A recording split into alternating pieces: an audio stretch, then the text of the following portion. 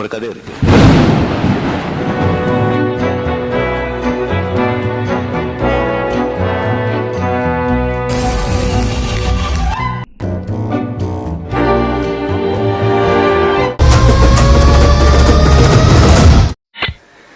ஒரு மலை, பெரிய மலை, பாறை, 3 தவளைங்க அது ஏறி போனோம்.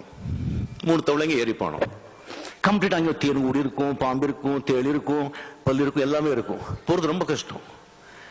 கீழே எல்லா தவளைங்க சொல்றது, போகாத, அவ்வளவுதான், இங்க போவாரு, அங்க மாட்டிக்கிறான் பாரு, அங்க பாம்பு குத்தும் பாரு, இங்க தேன் அடிக்கும் பாரு, இங்க விழுவான் பாரு அப்படின்னு கத்துட்டே இருக்கு. கீழே 100 அடிக்கு போச்சு, ஒரு ஃப்ராக் வந்துருச்சு. இன்னும் ஒரு 300 அடி, இன்னொரு ஃப்ராக் விழுந்துருச்சு. இன்னொன்னு போயிட்டே இருக்கு. எல்லாருக்கும் ஆச்சரியம், என்னடா போயிடுச்சு, அந்த மலைய தொட்டுடுச்சு. இதுக்கெல்லாம் ஷாக் ஆயிடுச்சு. எப்படியா எப்படியா போச்சு அது அப்படி கேட்டாங்க. என்ன உனக்கு எதுவும் கேட்காதா? அது காது கேட்காது.